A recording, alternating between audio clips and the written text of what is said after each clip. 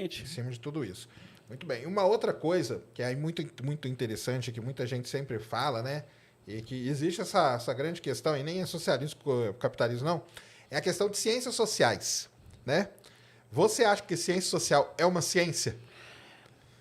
Eu acho que a ciência, para mim... Eu vou dar minha opinião. Eu acho que é, entendeu? Não, claro. Eu acho que é, mas tem muita gente que fala, não, ciência social não é ciência e tal.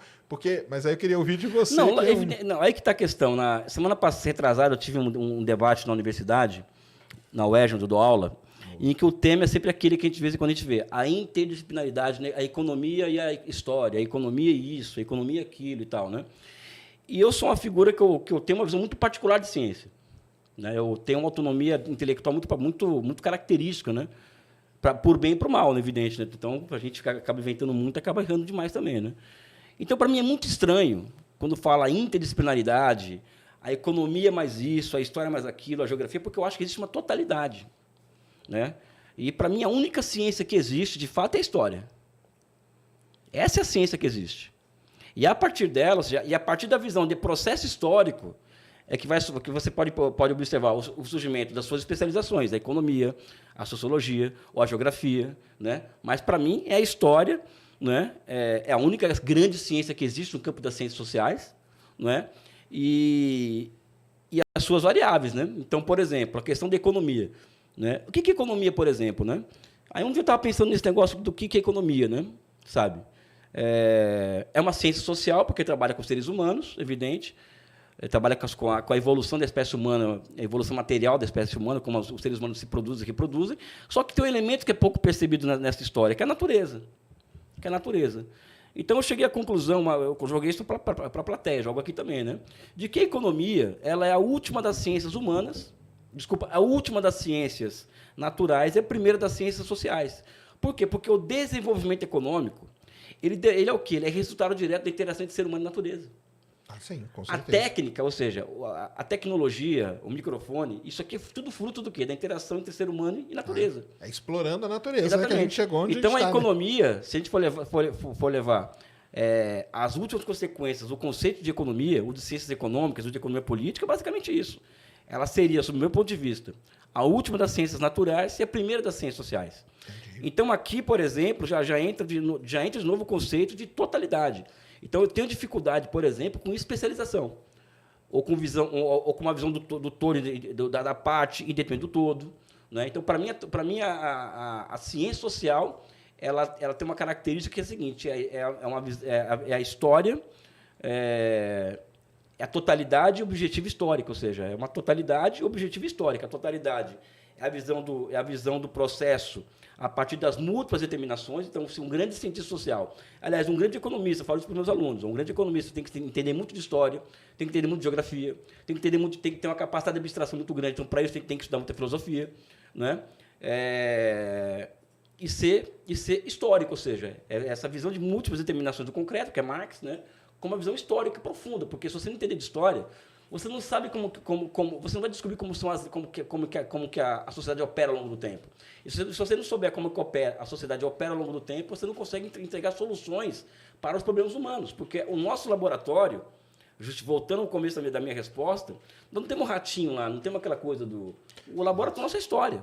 O nosso campo de experimentação é a história. Então, eu acho que ciências sociais é uma ciência, mas a única ciência, vou repetir Marx, que eu conheço é a história. Né?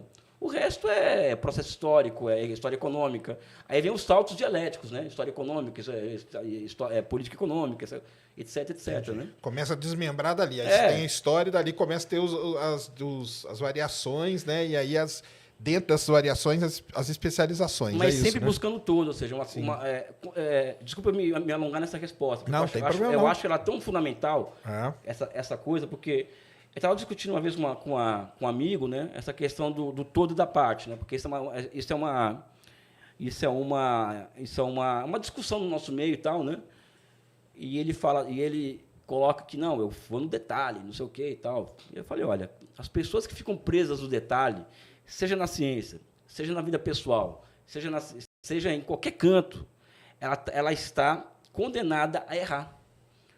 Porque não existe verdade fora da totalidade. Essa é a grande questão das ciências sociais. Então as pessoas, o que é a verdade? Né? Tem muito essa pergunta na ciência, nas ciências sociais. Para mim, a verdade é a totalidade. A verdade ela se encontra na totalidade. Agora, evidentemente, que existem as classes sociais, e cada classe social vai produzir a sua verdade. Né? Então, a economia política, por exemplo, ela historicamente ela é a ciência das classes sociais progressistas. No caso de hoje, a classe trabalhadora. Enquanto que a economia da escola neoclássica, ou a escola austríaca, ou a ortodoxia econômica, ela é a ciência econômica voltada aos interesses da minoria que é rica. Né? Ou seja, então, cada classe social ela produz a sua verdade. Agora, para nós, os marxistas, a verdade ela está intrinsecamente relacionada à verdade e à história e à totalidade. Pode perceber que o pensamento, vou chamar aqui, vou usar um termo uma coisa que eu gosto muito pouco de chavão, né? Mas vamos usar aqui. O pensamento burguês tem uma característica. Ele não é histórico, e só trabalha com a parte, não trabalha com o todo. Você pode perceber isso daí. Vem um economista de direita falando, por exemplo, como que ele só fala. Não tem visão de história. Quando você traz história para a conversa, acaba a discussão. Né? E isso fica na parte. Né? Nunca tem visão de todo. Né? Então, a diferença entre nós e eles é que nós temos visão de totalidade e uma visão de múltiplas determinações. Né? Não sei se eu expliquei alguma coisa, né? Mas... Não, sim. É. Não, porque isso aí é uma discussão que muito tem, né? O pessoal fala assim, caramba, não, mas isso aí não é ciência. Porque ciência tem que seguir lá, que experimento que os caras fazem, entendeu? E o que eles querem comprovar, e o que eles querem...